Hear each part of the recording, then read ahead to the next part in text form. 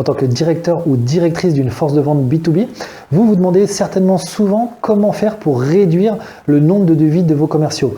On ne parle pas de devis de base, mais plutôt de toutes les variantes qui incluent un travail à la fois pour les commerciaux en eux-mêmes, mais également pour parfois des bureaux d'études et des assistants commerciaux qui sont également affectés par cette charge de travail supplémentaire. Eh bien, sachez que le chiffre de 2 devis semble être la formule idéale. Une étude publiée dans le Journal of Consumer Research en 2000 aux États-Unis s'est intéressée au comportement des décideurs lorsqu'ils sont face à un choix.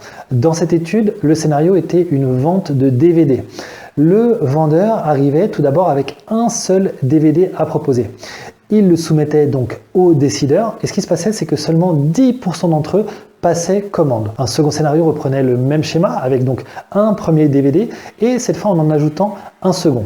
Et là, ce qui s'est passé, c'est que le taux de commande a bondi à 66%. Pourtant, c'était le même CD qui a été commandé, le premier, mais le simple fait d'avoir un choix activait une zone du cerveau qui facilitait l'achat. Pourquoi? Eh bien parce que le cerveau adore le choix.